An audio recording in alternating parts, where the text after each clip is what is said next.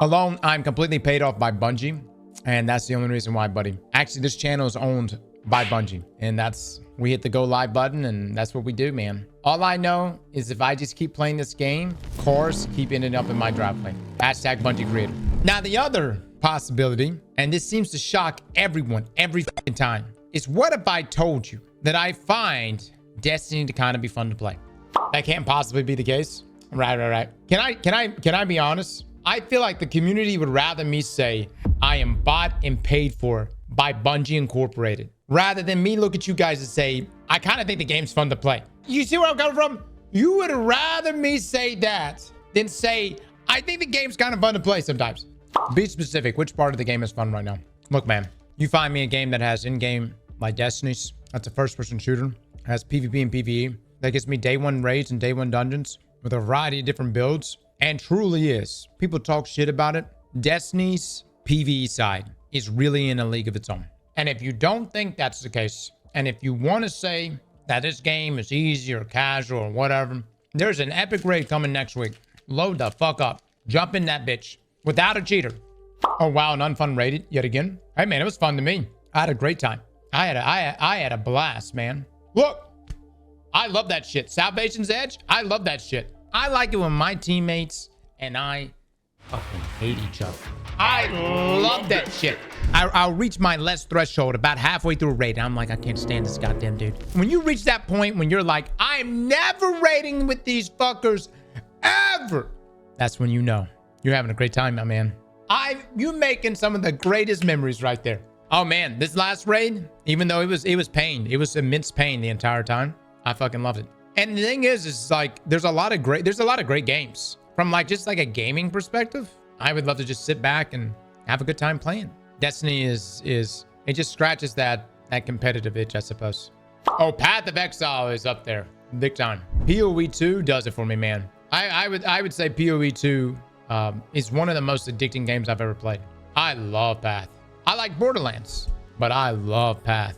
Dude, if GGG ever made a looter shooter, holy shit. You fucking ready, my man. But again, you asked me why I play this game. There's just been nothing that has given me... And look, here's the thing. Bungie could turn around and not give us any more raids in the future. There could come a day where Bungie says, hey, listen, no more raids, no more dungeons. We'll give you some 6-player activities and here's Sparrow Racing League and call it a day. And if that ever happened, then Destiny would lose its appeal for me. Big time. I love this game, always did, and I just feel powerless when I try to have fun. After 30 minutes of Contest of Elders, I get no rewards, not a single drop. You're playing Contest of Elders? When? Like right now? You've been playing Contest of Elders? It was bugged for me after the update. Yeah. In my opinion, the thing that's really dragging Destiny down more so than anything is these fucking bugs, man. You gotta get that shit under control. And I'm not talking about the fun bugs. I'm talking about the things that like hurt the game. You know, some of you guys, y'all work all day, y'all come home. The last thing you want to do is commit an hour to something and show nothing for it. You guys that have just a small window there to game, I completely agree. You need to have very little barriers to jumping into the content that you want to play and also have rewards reflecting that.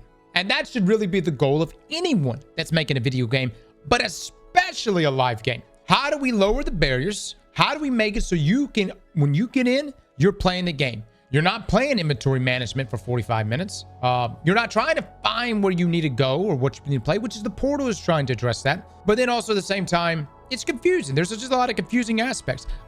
I'm used to these customized, like I'm used to coming in here and pressing things and customizing stuff at this point. But look, I completely understand if some of you guys are fucking overwhelmed with this shit. And god damn it, open matchmaking for everything.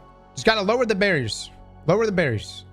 Dude, Destiny Rising really does show it. Destiny Rising has matchmaking for everything. And what makes Destiny Rising so unique is that it not only has matchmaking for everything, but it has priority matchmaking. So if you're in a situation where your friend is jumping into a pinnacle WAP, it will automatically match you guys together if you happen to be matchmaking at the same time.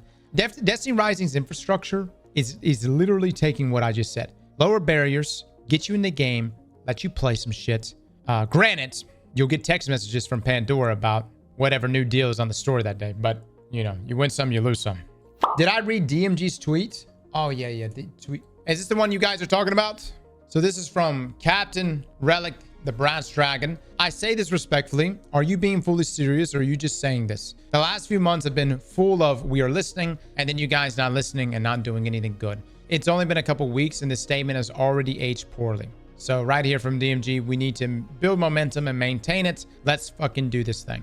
DMG replied, it sucks that we've been unable to build positive momentum. Too many bumps in the road and missteps. I truly believe we are beginning to shift and head in the right direction. Roadmap to come, and I hope it helps us rebuild trust as we move toward Renegades and beyond. Much love. This guy right here, Brock, as someone new to Destiny since the Edge of Fate, this is also strange with the overwhelming negative sentiment. The game must have been unreal during some of the peak DLCs and such. Oh, I mean, we've had some good times. We've had some high highs. You know what I'm saying? Look, man, what do you want me to do, guys? Kick Bungie? All we can do is continue to do what we've been doing. Hold them accountable. You saw that happen this past week with the old Iron Banner armor sets, and that's it. And we just keep holding them accountable. They say that they're going to do something, they don't follow through, hold them accountable. We make the videos to call out on it and go from there. And it's not just us, it's many people in the community. And we see that Bungie makes adjustments based on that. So you guys are able to keep Bungie in check. And it would be foolish for Bungie not to listen. Holding them accountable does nothing, though. It's clear they're not caring. Obviously, they care. They fucking removed the armor sets from Eververse. They gave us the other armor set as an earnable armor set only through Iron Banner. So when you say it doesn't do anything, well, how do you explain today then? Yeah, after they got caught. That's what I... Look. Again, you've got the power to continue holding Bungie accountable. And look, man, y'all worse than an XO lady. Okay? All right? Y'all fucking remember everything. You guys are like, y'all pull out the receipts. You're like, Bungie, you remember when you said this on this date and how you said it and what you were wearing when you said it and what you ate right after you said it? You remember that? That's the Bungie community. That's the Destiny community. And I can promise you, y'all gonna keep doing that shit. And this will force Bungie to make the decisions they need to make. Or at least we hope. At least we hope. Then somebody at Bungie's like, fuck you. Why we got Eververse armor in there? Iron Banner in the Eververse? You know why. Money. But I don't think anybody at Bungie would ever do that. Because we're greedy? Look, man, I don't know what their costs are or their overhead. All right. So I think throwing things in the Eververse occasionally is all right. But when you have things like Ash and Iron and you've got obviously premium paid players, this is where Bungie, this is where Destiny gets really weird. Because if it's like, hey, I'm going to go buy an armor ornament to look like a fucking something from Dungeons and Dragons or Star Wars, right? I can't pull the Eververse store. Where the fuck is this thing? Or maybe I want to make my Sturm look a little bit sexier, right? But when it's something like Iron Banner, and that's like really the only thing we got going on right now. It's not like we're just like, all right, well, we don't want to do Iron Banner. I'll go play a bunch of other shit. That's our main event this week. The armor that's associated with it or any of the rewards associated with it should be right there from the activity itself. And I think you guys have taught Bungie a lesson on this that you're not going to stand for. I think so. Maybe that's the copium meme, but I believe y'all taught them a lesson. And so for future events, they shouldn't be doing that mess. And listen, if they do, I know one thing about this community. You'll be the first ones to call it out. They'll for sure do it again, and you guys will be ready. You guys will be ready. If the community is not happy that something's wrong, oh man. Well, look, I'm gonna be honest with you. 60% of you are just unhappy all the fucking time when it comes to Destiny. And look, this is coming back to Witch Queen. We gotta have some of the most peak moments in Destiny. Y'all bitch a lot. Bungie won't tell you this, of course, but y'all bitch a lot. I'm in the 60%, brother. Yeah, maybe. I don't know. I go back and forth. I hover on the edge. They got no reason to complain. They're just miserable. Now, hold up. There are some things that are not, it's not unfounded complaint. Look, man, there are definitely things that are problems, without a doubt. But then there's just people over there that just want to burn it down. And don't look, you're in this stream right now. I know some of you in here right now. Don't lie to me. You want to watch this shit burn. You fucking want to watch this shit burn every day. You're like, I got the lotion. Let me pull up Twitter. Is Bungie fucking up? Oh, let me stroke this shit. Look, every time, and I see y'all because you drop comments all the time. You want to watch this shit burn. You hear me? Can I also say this too? There's a portion of the community that just hates Destiny and Bungie, and they want to watch it all burn. But then there's a portion of the community that's addicted to Destiny, and they want to watch Destiny burn so that they can quit, so that they can walk away for good. Now, those are my people. I fucking love those people. You know why? I too had this addiction once to a game called RuneScape. I almost went into this loop of almost self-destruction where I wanted Jagex to fuck up so bad that I would have a reason to walk away. And then they did it. They did it with Evolution of Combat. They gave me my reason. Turns out I was sadder. Sadder than I thought I would be. And look, on the opposite side of the spectrum is just your glazers. Your people that see no wrong, that loves everything Bungie does.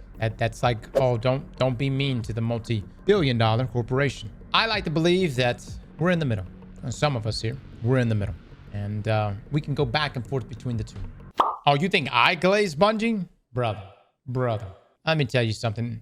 You know what? We go back and forth so much with y'all on this. I said Renegades looks good, and you guys are like, fucking paid shill. We put a thumbnail out on the Eververse situation with Iron Metal armor. And what do we get for that? With a Doom post cross. Wow, always taking those Doom opportunities. Now listen, I can navigate y'all's bipolar asses. But again, for some of the people on the outside, and probably has an effect on them. I literally tell the people in the podcast, Liv, Les, and Luke, I'm like, probably don't want to read the comments too much in the podcast videos. But to be honest with you, I love the haters. The haters are my favorite. And I wouldn't even call them haters. I call them dedicated fans. You see, the haters / dedicated fans, they show up for every video.